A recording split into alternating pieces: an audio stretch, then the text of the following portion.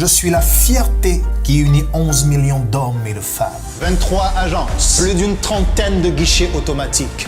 Votre banque. Je suis la capitale du transit et du trafic. Plus de 160 000 clients satisfaits chaque année. Plus de 520 milliards de francs CFA de prêts octroyés par votre banque. Je suis le lien qui nous unit depuis plus de 20 ans. Un peuple, un pays, votre banque. NCA Bank est fier d'être au Bénin et désormais dans 4 autres pays.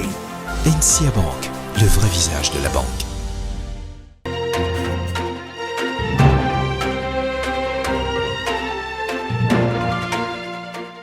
Patrice Huyeva, bonjour. Bonjour. Alors, vous êtes le chef de l'arrondissement de Révier, vous êtes juriste de formation, vous êtes notre invité avec vous. Nous parlerons des défis de la prochaine mandature de la décentralisation dans la commune d'Abomey-Calavi. Alors, depuis le 25 juin 2019, vous êtes installé dans vos fonctions. Dites-nous concrètement, qu'est-ce qui a changé à Révier? Merci beaucoup, chers amis. Je salue tous vos téléspectateurs et tous ceux qui nous suivent en ce moment. Ils vous répondent à leur façon. Merci beaucoup. Depuis mon installation, comme vous venez de le dire, on peut déjà dire qu'une nouvelle forme de gouvernance a commencé à rêver. Vous savez, mon profil que j'ai mis à la disposition de la commune en tant que président de la commission des affaires domaniales n'a pas tardé à être mise en place à Réveil. Dans un premier temps, nous avons voulu instaurer une gouvernance plus exemplaire en termes de délivrance des services publics à la population, Oui. en termes de l'organisation du personnel au niveau de l'arrondissement et enfin en termes de priorisation des tâches importantes de notre arrondissement. Aujourd'hui, pour l'entrée à Révier, des craintes qui existaient en termes de vie en communauté, ces craintes sont Dissipées. de plus en plus dissipées. Il y avait comme un vent de ségrégation où certains s'estimaient acquéreurs, donc étrangers, ou d'autres pensaient qu'ils étaient autochtones.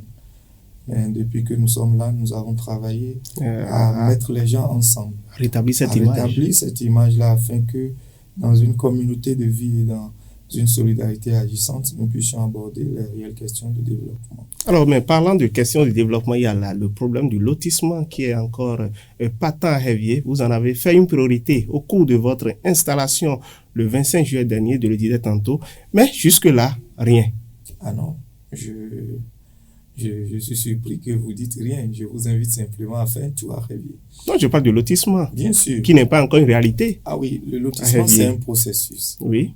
Et je puis vous dire que, comme je l'ai dit... Mais qu'est-ce qui bloque le processus, justement? Rien ne bloque. Aujourd'hui, au contraire, nous avons, conformément à notre promesse au cours de notre installation, Oui. je n'ai même pas pu faire une tournée de prise de contact avec la population avant d'attaquer le dossier de lotissement. Oui. Ce dossier qui dormait depuis plusieurs années, je l'ai pris à bras le corps et dans un premier temps, les dossiers, les enquêtes qui étaient déjà bouclées et qui attendaient les dépouillements, j'ai pris toutes les dispositions en relation avec le maire et ces enquêtes ont été dépouillées. Nous avons très rapidement mis en place les commissions nécessaires.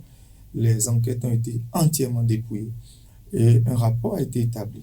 Aujourd'hui, et sans tarder, j'ai invité les différents experts géomètres qui sont en ce moment sur le terrain, en train de corriger les doléances qui ont été formulées par nos paisibles populations en vue pour certains d'avoir leur superficie corrigée conformément à leur plan, pour certains en vue de voir leur nom bien écrit dans les répertoires, pour d'autres en vue de voir des mentions spécifiques portées sur leur parcelle.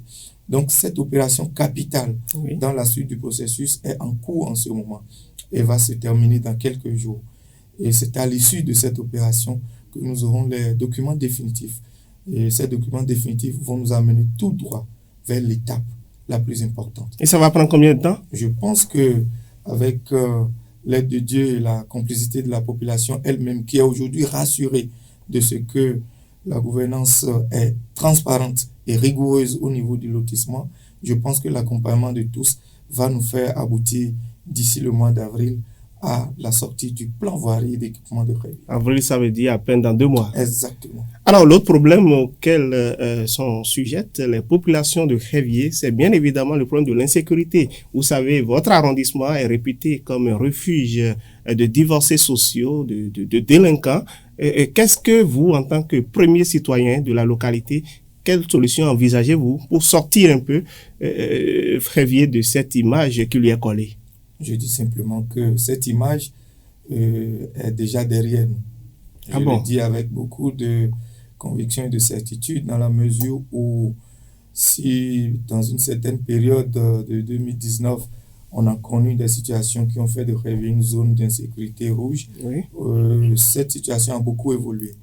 Je remercie aussi la coopération et les actions mise en œuvre par la police républicaine de mon arrondissement. Vous travaillez en synergie. Exactement, avec qui j'ai mis en place un système de collaboration qui est très efficace. Vous avez dû entendre il y a quelques mois des actions ADI au niveau de l'arrondissement, où certains hors-la-loi en grand nombre ont été mis hors d'état de nuire. Effectivement. Et ensuite, les renseignements entre la population et la police républicaine ont été relevés, de telle sorte qu'aujourd'hui, la sécurité à Révier est en train de revenir de façon grandissante et nous espérons qu'en maintenant le cap, en continuant à mettre de la rigueur dans la gestion de la cité, parce que vous savez, l'insécurité n'est toujours pas une histoire hasardeuse. L'insécurité est également due à la forme de gouvernance qui est instaurée. Aujourd'hui, avec la rigueur dans le lotissement, parce que vous savez, il y a des gens qui, c'est quand ils sont dans la mafia, c'est quand ils ont de l'argent facile, qu'ils vont nourrir des réseaux d'insécurité.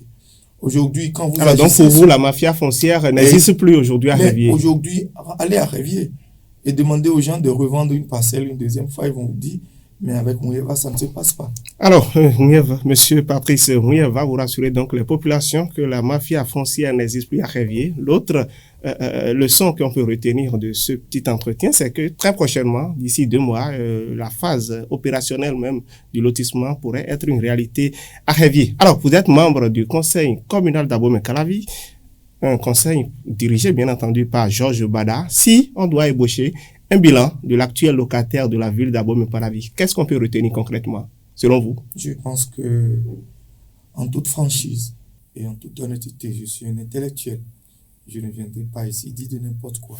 Vous n'avez pas fait la langue de bois. Je ne fais même pas de la politique. Pour avoir participé à ce conseil à un niveau assez élevé. J'ai été président de commission affaires domaniales depuis 2015. Et je n'ai quitté cette fonction qu'à la faveur de votre récente nomination. De mon élection à la tête de l'arrondissement de Révier. Et après 4 ans, pour ce que j'ai vu, le bilan de Georges Bada est un bilan largement positif. Mais les populations n'ont pas la même impression. Exactement. Vous voyez, l'impression que vous pouvez avoir d'un bilan dépend de votre positionnement. C'est ça. Un bilan est fait par rapport à son référentiel. Le référentiel de la population, c'est de savoir si il a fini d'avoir entièrement la voie qui est bitumée, entièrement, et qu'il n'a plus de problèmes de circulation. Le référentiel de la population, c'est de savoir si on a fini par lui rendre gratuit les frais d'écolage. Mais quand vous parlez de voie bitumée, ce n'est pas l'État qui le fait, c'est la commune qui doit... Mais c'est ce que je dis, il faut que nos populations comprennent que la commune a ses prérogatives et que c'est seulement sur ces prérogatives-là qu'il faut juger à partir d'un point A d'entrée et un point B d'arrivée qu'il faut juger le bilan d'un maire. Et malheureusement, le bilan ne se juge pas très souvent comme ça. Il se fait que souvent, le bilan se fait par rapport à un référentiel global de la satisfaction personnelle ou pas d'un citoyen. Et vu dans ce sens, c'est trop facile d'avoir un écart et de dire rapidement que le maire n'a aucun bilan. Prenez les budgets communaux, regardez leur niveau d'exécution. Prenez ces budgets communaux, regardez le niveau de réalisation. Rentrez dans nos communes, dans nos arrondissements aujourd'hui. Le nombre de salles de classe construites sur... mais d'aucuns disent que c'est fait sur les fonds FADEC et pas les ressources propres de la commune. Mais les fonds FADEC sont des ressources publiques. Les fonds de la commune sont des ressources publiques. Ce qui compte dans l'utilisation des fonds d'une ressource publique, c'est le mode de gouvernance. C'est la capacité des gouvernants à faire en sorte que ces ressources atteignent réellement les populations. Vous n'avez pas vu que dans ce même pays, il y a des maires qui n'ont pas pu mettre en route correctement ces fonds FADEC-là. Vous en direz quoi en ce moment-là? Les fonds FADEC... Donc vous rassurez de la gestion efficiente des fonds FADEC dans la commune d'Abomey-Calavi. Plusieurs audits sont venus à Calavi. Allez voir les résultats. Je pense qu'en toute modestie, au-delà du fait que Calavi est caractérisé par d'énormes attentes. Et quand vous avez plusieurs... Quelles sont ces attentes justement? Mais ces attentes... Pour la prochaine mandature. Ces attentes pour moi, c'est arriver à instaurer à Calavi ce que j'appelle un aménagement global. Vous savez, le plus gros problème de Calavi, c'est un problème d'incohérence dans les divers aménagements qui ont été faits jusque-là. Le plan d'aménagement de Calavi... Voulez-vous dire que l'aménagement a été mal fait? Non, pas du tout. Mais ça a été fait de façon disparate et séparée. Aujourd'hui, dans une approche d'intégration, afin qu'une politique réelle puisse marcher correctement, il faut intégrer les différents plans d'aménagement. Afin que, vous voyez aujourd'hui, le chef de l'État a vu juste la notion de Grand Nokoué. Vous savez pourquoi on parle de Grand Nokoué? Parce que quand on fait l'approche intégrée, il y a ce qu'on appelle l'interaction. L'interaction permet de faire en sorte que les actions qui sont menées puissent agir directement au sein des populations. Mais imaginez, vous dites que vous êtes en train de mettre des actions à Calavi, mais ces actions n'atteignent pas Toba. Alors la que population qui quitte, c'est des localités qui sont voisines. La population qui quitte Aïtchédi avant de tomber à Tokan ou à l'arrondissement de Toba rentre dans une situation difficile. Vous pensez qu'il derrière va vous apprécier? Il ne vous appréciera pas. Donc là, vous mettez en cause la question de l'approche du développement. Je pense qu'aujourd'hui, nous avons besoin d'intégrer. Exactement. Faire en sorte que les différents pôles de notre commune puissent être relevés dans un sens équilibré pour permettre à ce que partout où vous passez dans la commune, vous soyez fiers d'appartenir à cette commune. Donc, vous parlez déjà des défis de la prochaine mandature. Nous allons au terme de ce petit entretien, mais dites un mot des tractations qui sont en cours actuellement au sein de l'UP, votre formation politique d'ailleurs. Je suppose que vous êtes candidat. Vous savez, j'ai l'intention d'être candidat. Je suis juriste de formation et je pense que le processus pour être candidat aujourd'hui est bien tracé par la loi. Et c'est le parti politique qui vous présente. Qui vous investit. Et qui vous investit. Et comment donc, ça se passe entre votre intention l'Union progressiste et votre investiture, il n'y a que des instances qui doivent prendre la décision.